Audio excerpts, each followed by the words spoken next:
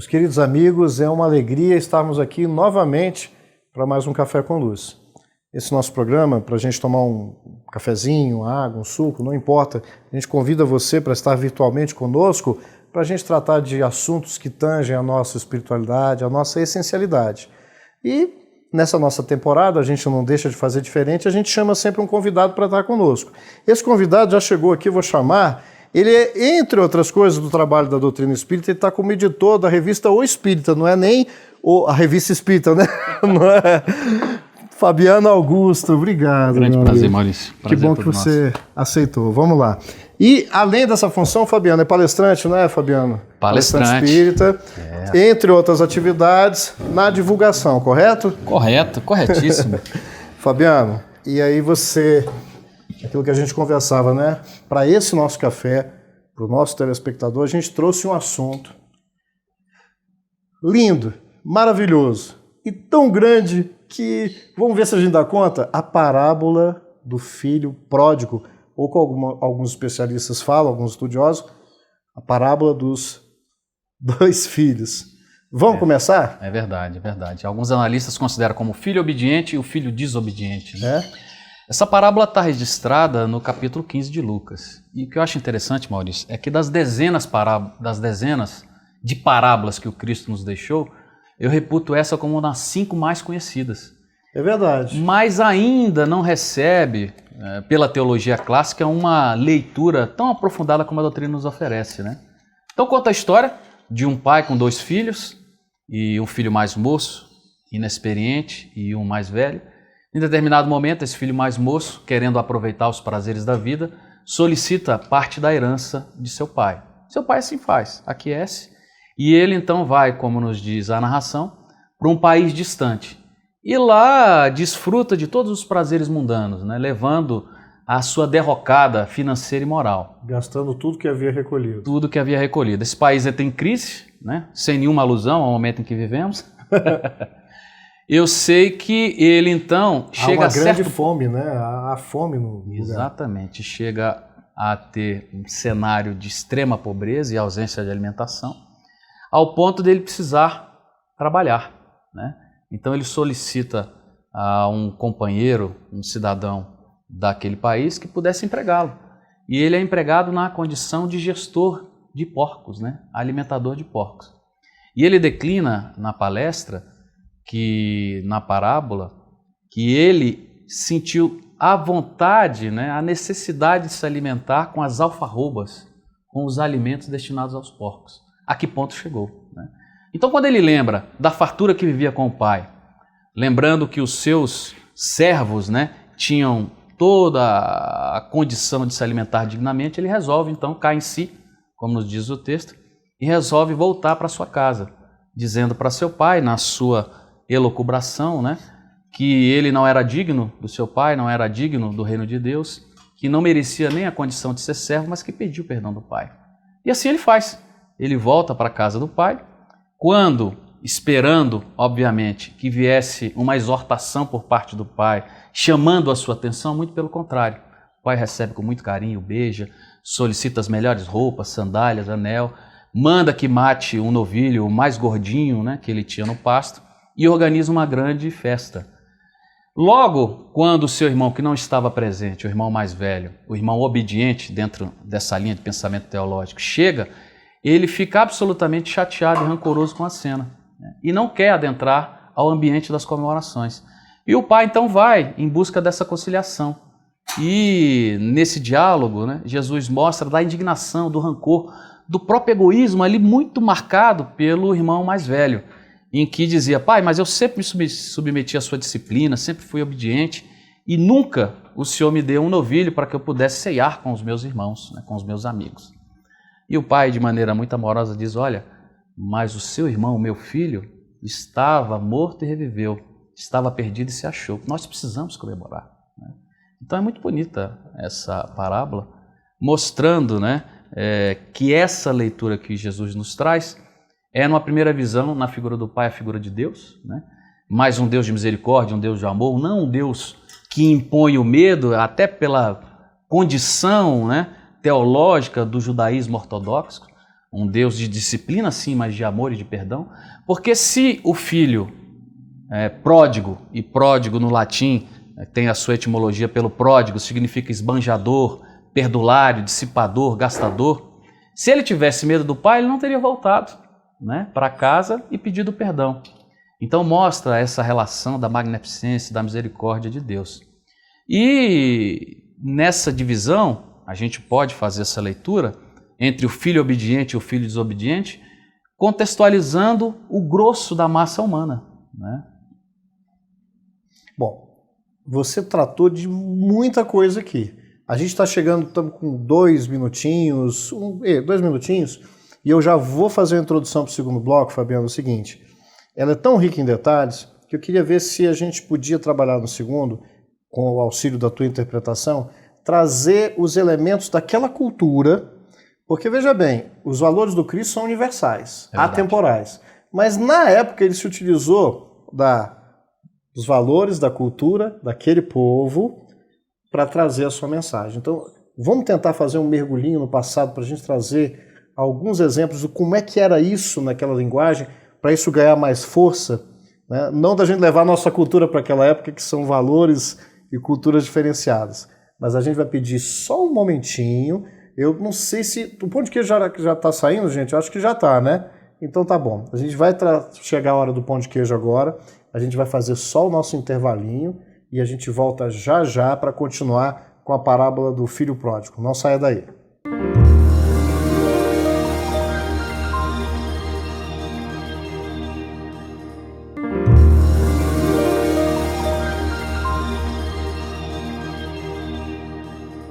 Meus amigos, a gente está de volta desse nosso Café com Luz, com o nosso querido Fabiano Augusto. Fabiano fez um resumo muito bacana da parábola e eu chamei para o pão de queijo, já está aqui, você em casa também.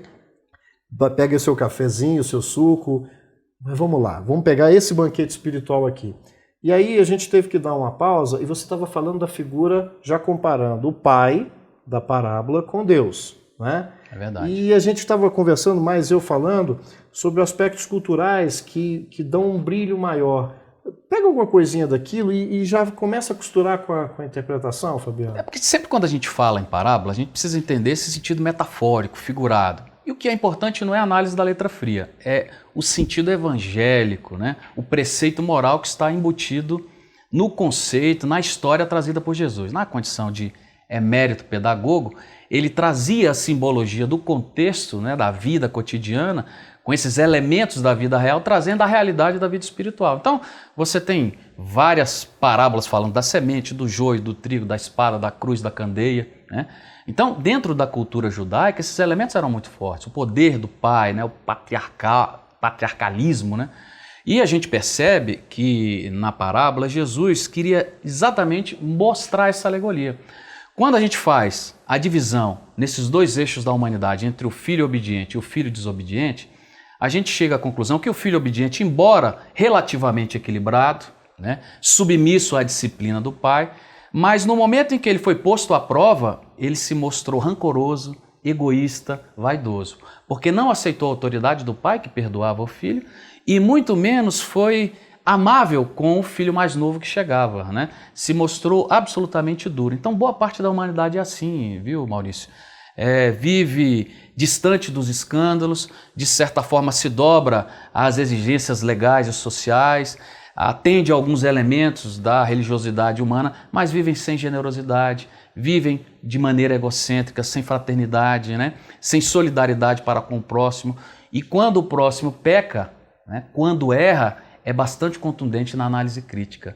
Então nós temos aí uma boa parte da nossa sociedade na condição do filho obediente, do filho mais velho, do filho mais experiente. Quando a gente analisa o filho mais moço, a gente pode trazer a figura do homem transviado e até mesmo para dentro do escopo da leitura religiosa, a questão do cristão que se perde, né, na absorção dos códigos divinos, que acaba afrontando Deus como o filho afronta o pai, em não se disciplinando diante da necessidade de encaminhar não só o pensamento, mas os comportamentos para os aspectos mais nobres da vida. Então, quando o aguilhão da dor, do sofrimento, se mostra contundente, ele se arrepende, né? na busca dessa perfectibilidade do caminho do bem, do caminho do amor. Então a gente tem boa parte da nossa sociedade, dentro desse cenário, né, desse escopo extraordinário que Jesus nos traz, nesse eixo daqueles que são obedientes, mas que não cumprem a risca, não conseguiram internalizar esses códigos divinos. Porque internalizar os códigos divinos é compreender e praticar, né? Então, o filho obediente, ele não praticou a generosidade, não praticou a fraternidade, não foi misericordioso para com seu irmão. E o filho desobediente estava comprometido com os prazeres mundanos, né? Na usurpação, vivendo de maneira dissimulada com o patrimônio que não era seu por herança, mas não seu por produção, por trabalho, né? Dilapidando e vivendo os prazeres mundanos, chegando ao ponto de ter que, entendendo que a sua condição de extrema famigerância, né, a ausência de alimentação, tivesse que procurar o seu pai, né, na humilde posição daquele que reconhece o erro e que pede o perdão. E o interessante é que, além do arrependimento, é um elemento muito rico nessa parábola, a necessidade do caminho no bem, ou seja, ele se arrepende sim, mas ele se mostra corajoso, positivado para mudar a sua postura.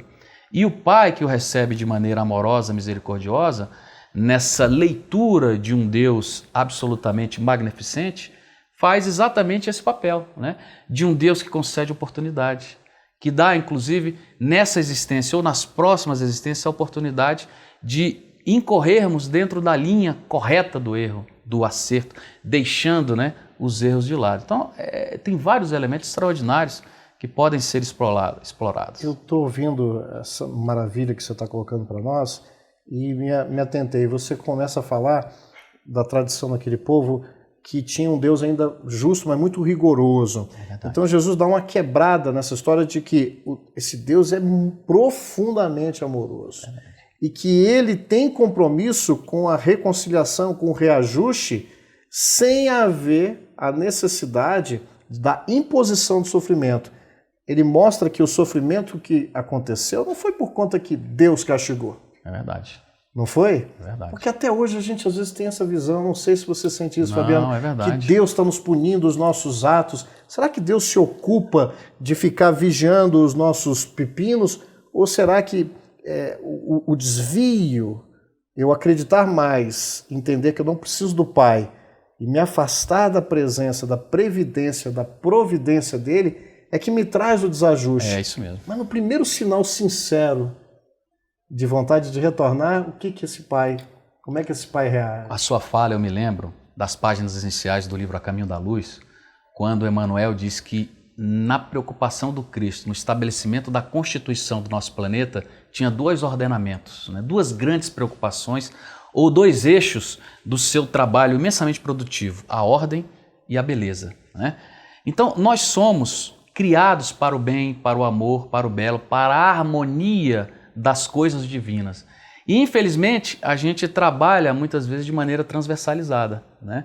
E a gente nada contra a correnteza, e aí as dores se apresentam. Então, essa parábola incorre na lei de ação e reação, na questão do arrependimento, do livre-arbítrio, né? Da misericórdia divina. São vários os elementos que a teologia moderna trazida pelo Espiritismo explora de maneira muito rica. Mas o que o Cristo deixou, e que a beleza das páginas espíritas nos ajudam a entender de maneira mais profunda, é uma visão do Deus não juiz, não punidor, mas de um Deus legislador. Estabelece as regras, né? E essas regras devem ser, na medida das nossas forças, cumpridas, né? Dentro desse ritual absolutamente extraordinário de crescimento, de busca da verdade, no caminho da perfectibilidade. Então, a visão espírita nos dá uma visão de um pai absolutamente justo, sábio, soberano e legislador, não punidor, não juiz. Até porque, se a gente lembrar na questão 621 do Livro dos Espíritos, que é a segunda menor resposta, né? Tem uma primeira, depois... 625, né? Cristo como modelo e guia, mas na 620 está dito. Onde é que está escrita a lei de Deus, Maurício? Na consciência, né? Então, quando o pai recebe o filho e tem a oportunidade de exortá-lo, literalmente pagando, né, um sermão, ele não faz. Ele abraça e beija o filho. Porque o filho já tinha a sua leitura interior de culpa, ou seja, a consciência estava acusando de que todas as suas últimas decisões foram tomadas, né, de maneira precipitada, e irreflexiva, né? Mas eu vou segurar você só um pouquinho para a gente pegar no terceiro e último bloco, fazer uma avaliação mais detalhada disso, né? Porque analisar essa figura, comportamento, continuar, né, que está sendo feito, desse filho que tem essa coragem de trilhar um caminho que não é fácil da volta, a postura desse outro filho, porque todos nós podemos criar essa identificação com eles. É verdade. Profundamente. E, de novo, ver a figura desse pai, como é que ele se comporta perante a sociedade, perante a aldeia, perante um filho, perante o outro, e termina de uma maneira muito esperançosa para todos nós. Você de aí de casa não saia não, coma aí também um pãozinho de queijo, que a gente volta daqui a pouco para o nosso terceiro e último bloco desse Café com Luz, com o nosso irmão Fabiano Augusto. A gente volta já já.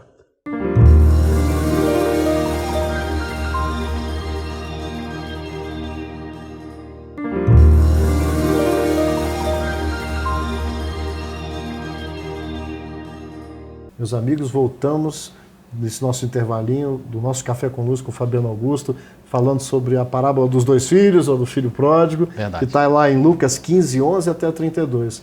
A gente tinha interrompido, Fabiano, quando você estava analisando o papel do pai, a gente estava falando sobre valores que são difíceis. Jesus chocou a comunidade da época porque se esperava uma atitude entre aspas, de justiça de um pai que foi humilhado por um filho, que foi aviltado, a resposta, a reação do filho obediente, entre aspas, né, porque talvez não tenha sido corajoso de admitir o próprio egoísmo e sair ao mundo. Como é que a gente faz conexão com os desafios que se impõem hoje na nossa sociedade, observando que amor, tolerância, compreensão, perdão não são atitudes de fraqueza? Verdade. A sua fala deixa bastante claro aquilo que os articulistas espíritas colocam com grande maestria. Jesus veio para quebrar paradigmas, né?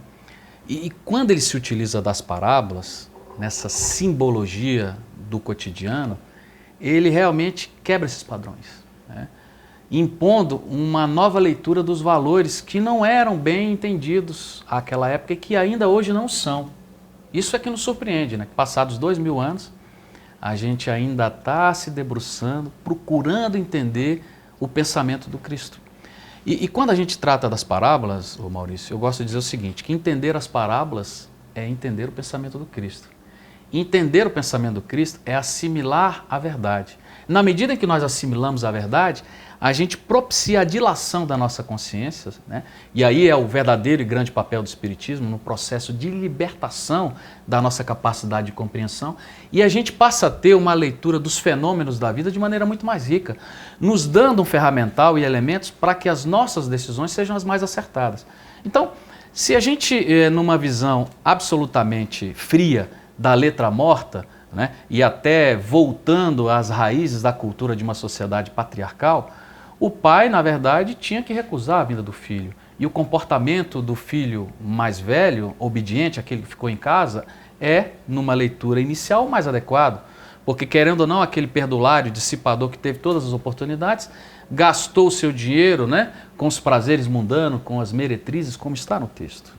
Mostrando que ele incorreu numa série de enganos, reconhece o erro e volta atrás. E aí a beleza do ensinamento do Cristo, né, nessa alusão do Deus Criador incriado, desse Pai eterno. Porque por mais que nós erramos, a gente sempre vai ter a oportunidade de acertar. Nem que seja pelo aguilhão da dor e pelo sofrimento.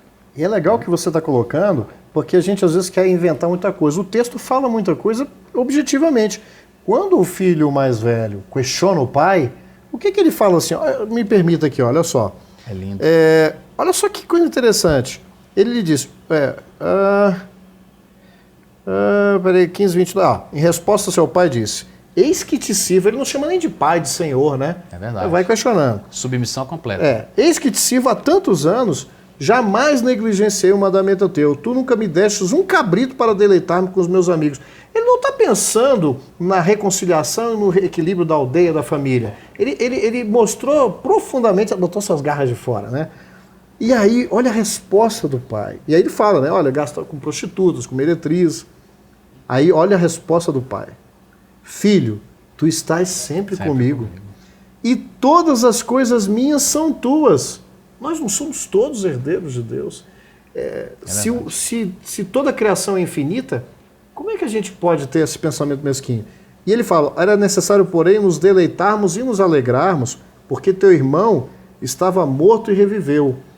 Estava perdido e foi encontrado. O pai tinha consciência do erro. O pai não estava cobertando o erro. Exatamente. Porque senão a gente vai acusar esse pai de ser conivente com os erros.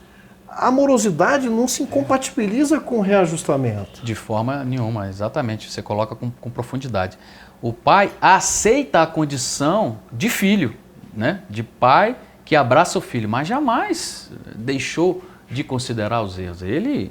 O arrependimento faz parte desse processo, mas existe a necessidade de remissão pelas boas ações. Não é o que está escrito no capítulo 4 da Epístola de Pedro? O amor cobre a multidão de pecados. Isso, né? Boa lembrança. E dito pelo Cristo e lembrado, né, pelo grande apóstolo de maneira muito rica.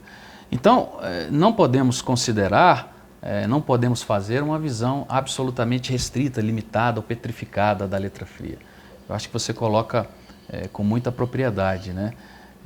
Mostrando realmente que nós temos, pelo livre-arbítrio, a condição de errar, mas que o caminho certo da harmonia com os códigos divinos é do acerto, mas que mesmo na condição de erro estaremos sempre nessa misericórdia absolutamente extraordinária, né, sendo ofertados por novas oportunidades de aprendizado, de acerto. E quando você tem boa parte da sociedade, que até tem conforto material, que até tem saúde, né, capacidade intelectual, mas que fica preocupada com o que acontece com o vizinho, com o que acontece na casa alheia, mostra esse viés egoísta, né, que é o que está no capítulo 15 do Evangelho, que são as duas sendas da perdição, o orgulho, né, que é a matriz de todo o processo da perda da identidade com o Cristo, né, e com Deus, com o que é representado por essa personificação divina, e o egoísmo, né, na ânsia de ter para si, né, essa postura egocêntrica. E nessa linha, Maurício, eu acho que o Espiritismo presta um grande serviço. Porque eu me lembro de uma página no livro Obras Póstumas, na segunda parte, cujo título é Futuro do Espiritismo. E Kardec diz o seguinte, que o papel do Espiritismo é grandioso nos próximos séculos.